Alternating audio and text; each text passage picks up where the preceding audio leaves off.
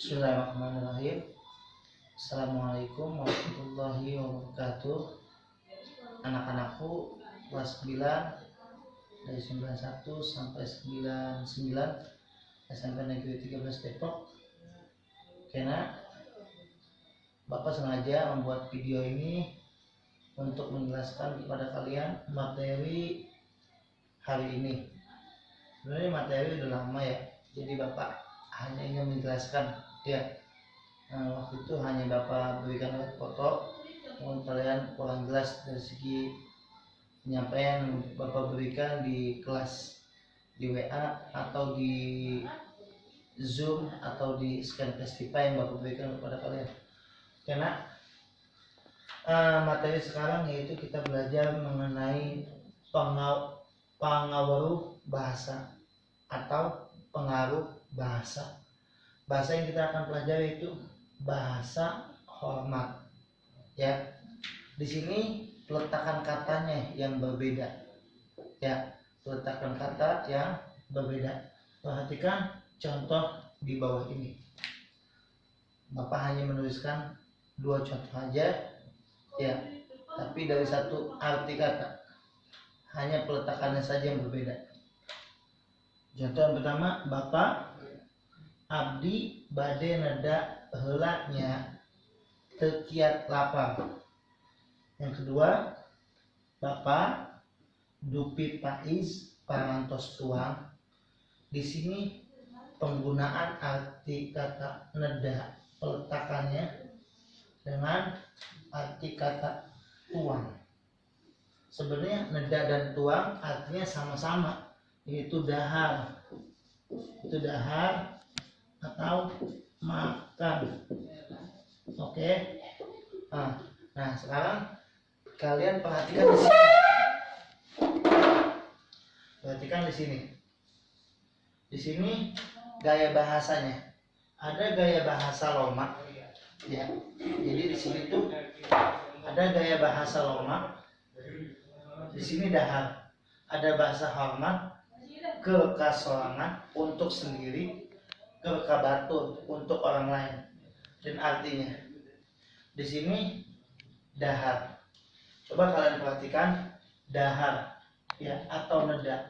Gaya bahasa hormat kekasorangan. Jadi di situ untuk menunjukkan kepada diri sendiri. Di sini ada kata abdi. Ada kata abdi saya, menunjukkan itu bahasa hormat untuk sendiri.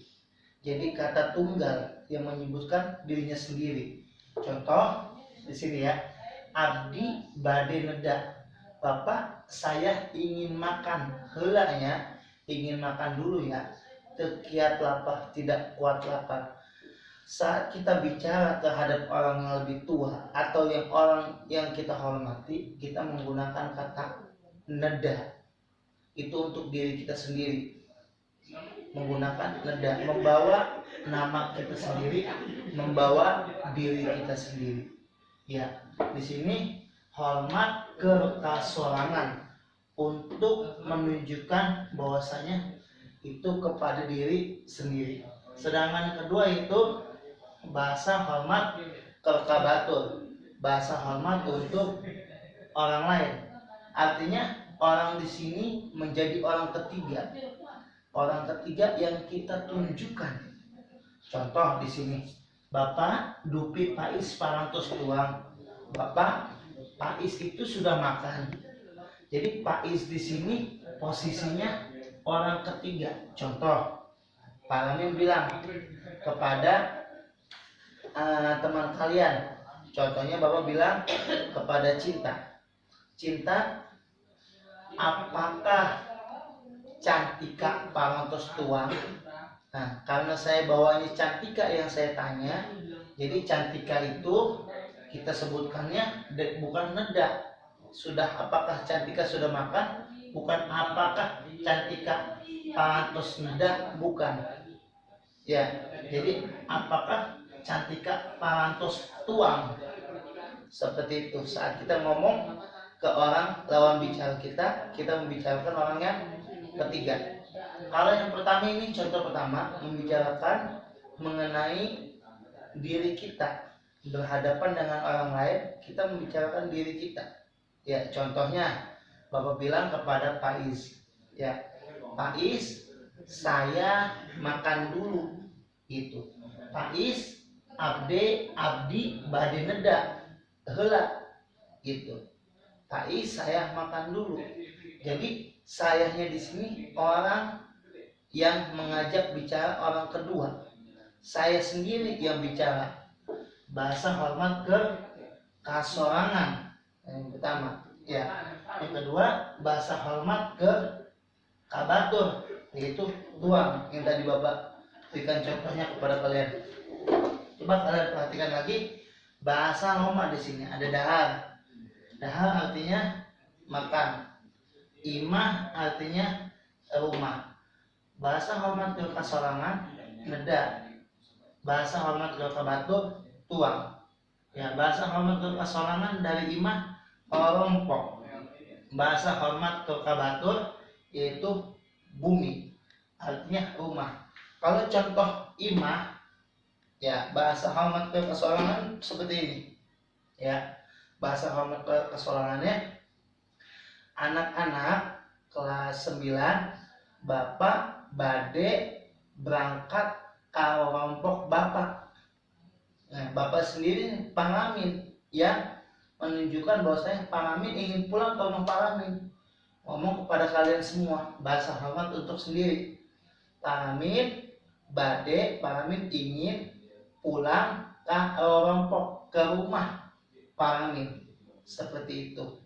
Ya, kalau andaikan Bapak ngomong kepada kalian semua, ya, atau ngomong ke seseorang, contoh ke anak kelas 9 1 namanya Farhan, gitu, Farhan Azhari. Saya bilang ke Farhan Azhari, ya, Farhan Azhari, di mana bumina si Natasha? Farhan Azhari, di mana rumahnya Natasha? Jadi di situ yang Bapak sebutkan rumahnya Natasha. Jadi tidak boleh Bapak bilang Farhan Azhari, di mana rompoknya Natasha. Jadi Bapak harus menggunakan bahasa hormat ke kabatur. Farhan Azhari, di mana rompoknya Natasha? Di mana? Farhan Azhari, di mana bumina Natasha? Bukan Farhan Azhari, di mana rompoknya Natasha? Bukan. Karena Bapak tunjuk itu Natasha orang ketiga. Bapak bicara dengan Farhan Azhari. Farhan Azhari, di mana bumina Natasha, gitu, ya. Kalau Bapak bilang kepada Farhan Azhari, hayu main ke rompok Bapak, ke rumah Bapak. Farhan Azhari, hayu main ke rompok Bapak. Nah, Bapak sendiri nih yang bicara, ya, kepada lawan bicara Bapak. Bahasa simpelnya, hormat ke kasorangan itu, ya, mengajak lawan bicara, kita yang bicara kepada orang tersebut, dan itu mengatasnamakan diri kita sendiri. Sedangkan mengatasnamakan orang ketiga itu menggunakan bahasa hormat ke kabatur. Oke, nak, itu saja penjelasan dari Bapak. Mudah-mudahan kalian bisa pahami. Selanjutnya Bapak akan memasuki pelajaran ini menggunakan via graduate atau menggunakan via WhatsApp. Oke, kita diskusi di WhatsApp atau di graduate. Oke, sekian. Mohon maaf lahir batin dari Pak Amin. Mudah-mudahan bisa dipahami. Assalamualaikum warahmatullahi wabarakatuh.